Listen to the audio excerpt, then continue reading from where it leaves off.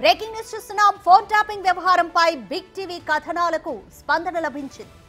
ఈ కేసును suo motu petition గా హైకోర్టు స్వీకరించింది. ఫోన్ ట్యాపింగ్ జరిగినట్లు ప్రసార మాధ్యమాల్లో వచ్చిన కథనాలను న్యాయస్థానం సుమోటోగా స్వీకరించింది. ఎస్ఐబి మాజీ చీఫ్ ప్రభాకర్ రావు, భుజంగరావు, ప్రణీత్ రావు, తిరుపతన్న ఫోన్ ట్యాపింగ్ చేసినట్లు పత్రికలు, టీవీ మాధ్యమాల్లో కథనాలొచ్చాయి.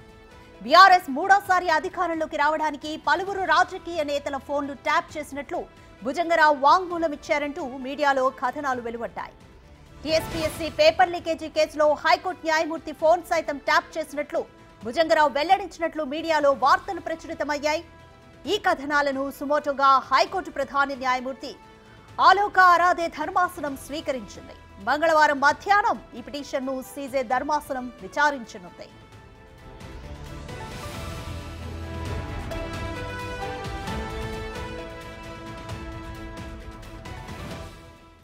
మోర్ డీటెయిల్స్ మా ప్రతినిధి సురేష్ ఫోన్ లైన్ లో అందిస్తారు.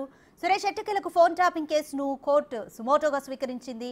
ఫర్దర్ గా ఇంకా ఎటువంటి పరిణామాలు ఉండబోతాయనుకోవచ్చు ఈ కేసులో?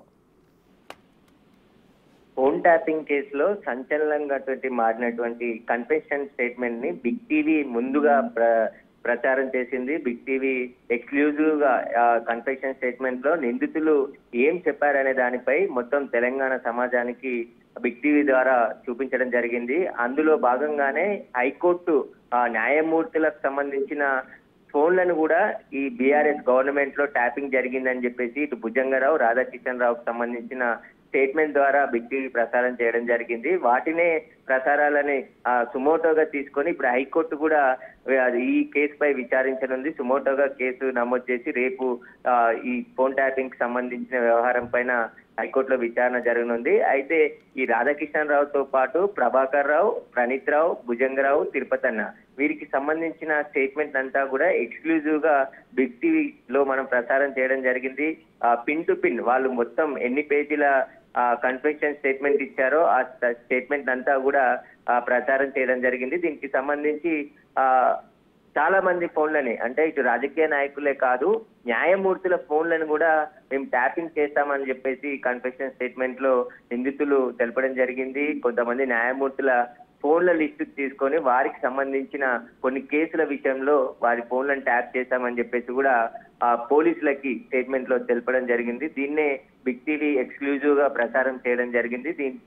బిగ్ టీవీ తర్వాత ఎలక్ట్రానిక్ మీడియాలో అన్ని ఛానల్స్ కూడా ఈ ఫోన్ ట్యాపింగ్ వ్యవహారంపై న్యాయమూర్తుల ఫోన్లను కూడా నిందితులు ట్యాపింగ్ చేశారని చెప్పేసి కూడా వరుస కథనాలు ప్రసారం జరిగాయి. దీనిపైనే హైకోర్టు న్యాయమూర్తి, ప్రధాన న్యాయమూర్తి సుమోటోగా తీసుకొని ఈ రోజు నెంబరింగ్ చేసి రేపు విచారించబోతున్నామని చెప్పేసి కూడా తెలపడం జరిగింది. దీనికి సంబంధించే ఇప్పుడు హాట్ టాపిక్ గా మారింది. ఎందుకంటే ఫోన్ ట్యాపింగ్ అనేది సంచలనంగా మారిపోయింది తెలంగాణలో. ఎందుకంటే ఎవరిని వదిలిపెట్టకుండా ప్రతి ఒక్కరి ఫోన్ ను ట్యాప్ చేశారు. దాదాపు 1200 నుంచి 1500 మంది ఫోన్ కాల్స్ ని ట్యాపింగ్ చేసి విన్నారు అని చెప్పేసి కూడా నిందితులు స్టేట్మెంట్ లో చెప్పడం జరిగింది. ఒకవైపు ఇప్పుడు పంజాగుట్ట పోలీస్ స్టేషన్ లో కేసు నమోదైంది. ఆ కేసులు విచారిస్తూనే ఇవన్నీ కూడా విషయాలు బయటికి రావడం జరిగింది.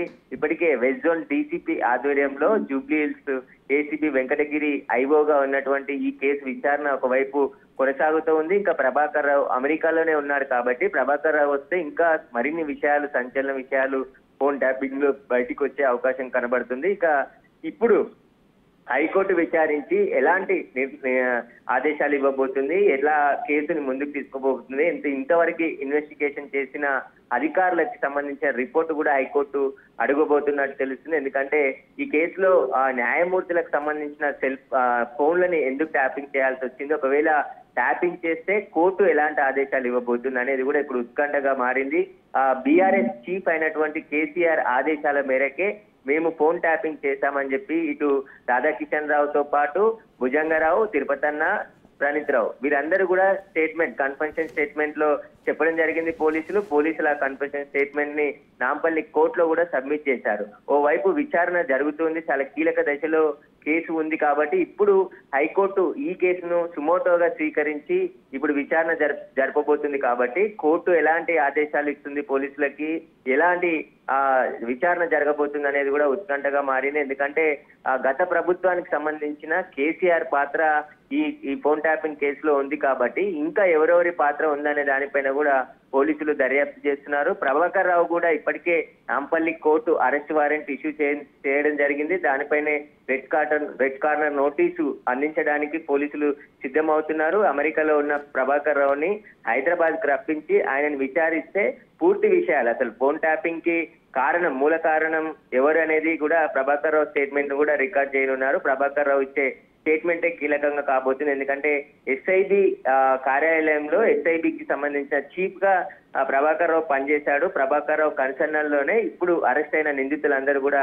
పనిచేశారు కాబట్టి ప్రభాకర్ రావు వచ్చి పోలీసుల విచారణకు హాజరైతే రాజకీయ నాయకులను కూడా విచారణకు పిలిచే అవకాశం ఉంటుంది. ఇప్పటికే నిందితులు ధ్వంసం చేసిన ఎవిడెన్స్ అంతా కూడా పోలీసులు బిల్డ్ చేశారు కాబట్టి కొంతమేర ఆ ఆధారాలన్నీ సేకరించారు. ఆ ఆధారాలను కూడా కోర్టుకి సబ్మిట్ చేయబోతున్నారు. ఇప్పుడు హైకోర్టు విచారణ జరుగుతుంది కాబట్టి హైకోర్టుకి పోలీసులు ఎలాంటి రిపోర్ట్ ఇవ్వనున్నారు, ఒకవేళ ఇప్పటివరకు జరిగిన ఇన్వెస్టిగేషన్ కి సంబంధించిన ఆధారాలను కూడా హైకోర్టు సబ్మిట్ చేయాలని కోరే అవకాశం కనబడుతుంది. ఇక న్యాయమూర్తులైనటువంటి ఎవరెవరి జడ్జిల ఫోన్లని ట్యాపింగ్ చేశారు వారికి సంబంధించిన కన్ఫెషన్ కాపీతో పాటు ఆ లిస్టును కూడా తీసుకొని విచారిస్తే అసలు ఈ న్యాయమూర్తులకు సంబంధించిన ఫోన్లను ఎందుకు ట్యాపింగ్ చేశారు, ఒకవేళ ఆ ట్యాపింగ్ చేసినారు కాబట్టి ఒప్పుకున్నారు కాబట్టి నిందితులు ఎలాంటి విచారణ జరిపి శిక్షలు పడే అవకాశం ఉందనేది కూడా ఉత్కంఠగా మారింది. ఖచ్చితంగా బిగ్ టీవీ వరుస కథనాలతోని హైకోర్టు కూడా ఇప్పుడు సుమోటోగా ఈ కేసును తీసుకొని విచారించబోతుంది కాబట్టి మొట్టమొదటగా ఆ confession కాపీల్లో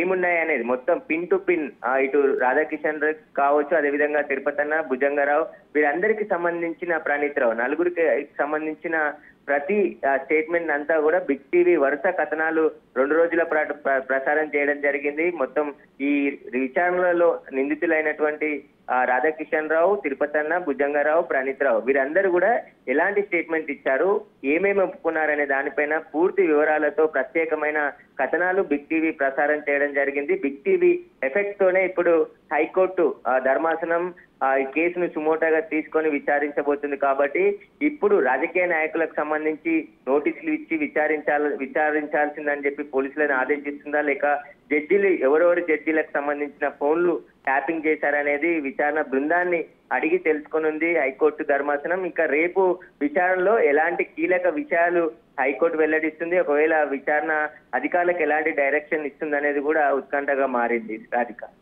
thanks for the updates.